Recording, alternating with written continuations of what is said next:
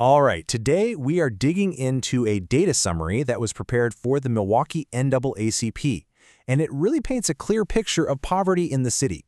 We're going to walk through the key numbers to get a handle on the challenges Milwaukee is facing. So let's get right into it. Okay, let's just start with the biggest, most important number in this entire summary. According to the latest data, the overall poverty rate in Milwaukee is 22.8%. Now, a number like that, well, it doesn't mean much on its own, right? You need context, and this is where it gets really stark. Milwaukee's rate is nearly double the U.S. national average of 12.5%. That single comparison really shows you the scale of what we're talking about here. So, here's how we're going to break all this down. First, we'll look at the big picture problem. Then, we'll get into who's most affected and where poverty is really concentrated. After that, we'll touch on some of the historical roots of this inequality, and we'll finish up by looking at what the data suggests as potential ways forward.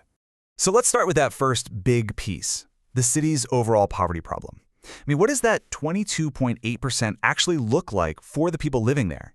Well, here's what it looks like. That percentage translates to about 126,000 people.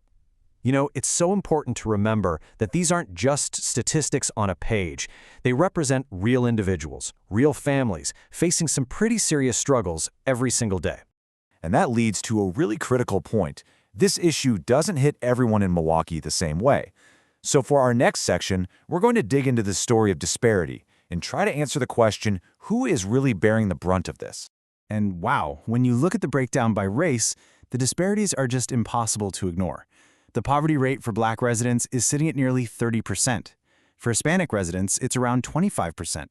Now compare that to the rate for white residents, that's about 12%. The gap is just massive. And if you think those numbers are tough, the data on children is even more sobering. This quote from the summary really stopped me in my tracks. Child poverty rates often exceed 25 to 30%, with some neighborhoods seeing rates as high as 70%. Just let that sink in for a second. 70%. Can you imagine trying to grow up in that environment? The data also lets us get even more specific about who is most vulnerable. We see poverty is particularly high for young women, both in the 18 to 24 and 25 to 34 age groups. It's also really high for young boys between 6 and 11. And maybe not surprisingly, it's incredibly high for single-parent households, who are often just getting crushed by the costs of childcare and housing. Okay, so we've talked about who is being hit the hardest. The next logical question is where? So for our third section, we're going to look at a map, essentially, of where this problem is most severe in the city. But first, for some really important context, let's just quickly look at the city's overall demographics. Black residents make up about 38.5% of the population, white residents are about 34%, and Hispanic residents make up around 21%. Just keep those numbers in the back of your mind for a second. Because here's the thing. Poverty in Milwaukee isn't just spread out evenly. It is geographically clustered and it's heavily concentrated. The data shows it's packed into the north and northwest sides where there are large Black populations, and also in parts of the south side, home to growing Hispanic communities. In some of these specific areas, the poverty rate can shoot above 40%.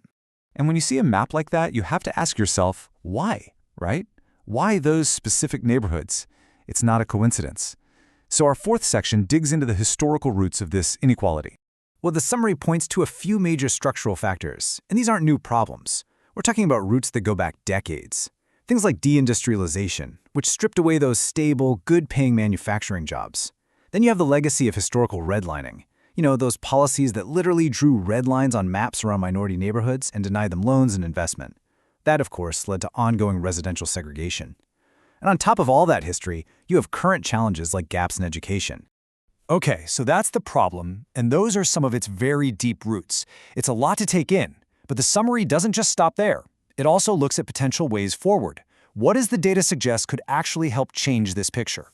The data points towards a few key strategies that could actually move the needle. Number one is a big one, investing in education and workforce training to get people ready for the jobs that exist today. 2, creating more apprenticeships in fields that are actually growing, like healthcare and the skilled trades. 3, rental assistance programs to help with that immediate crushing burden of housing costs. And finally, community-led initiatives that tackle those practical, everyday barriers like, how do I get to work, or where can I find affordable childcare? And that's where this data summary leaves us. We've seen the numbers, the disparities, the geography, and the really deep-seated historical causes. So it all boils down to this one final, really important question to think about. The data has clearly laid out the challenge. So what will it really take to change these numbers?